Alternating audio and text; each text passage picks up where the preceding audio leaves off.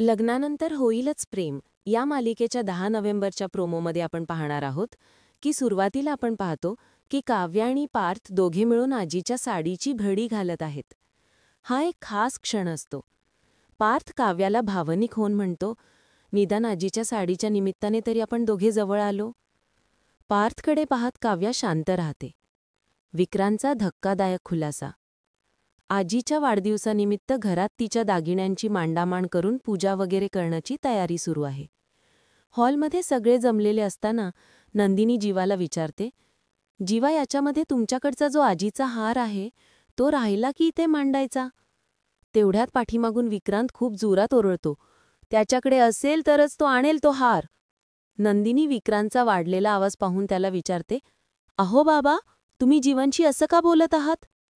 विक्रांत अत्यंत रागाने म्हणतो, त्याची तीच लायकी आहे.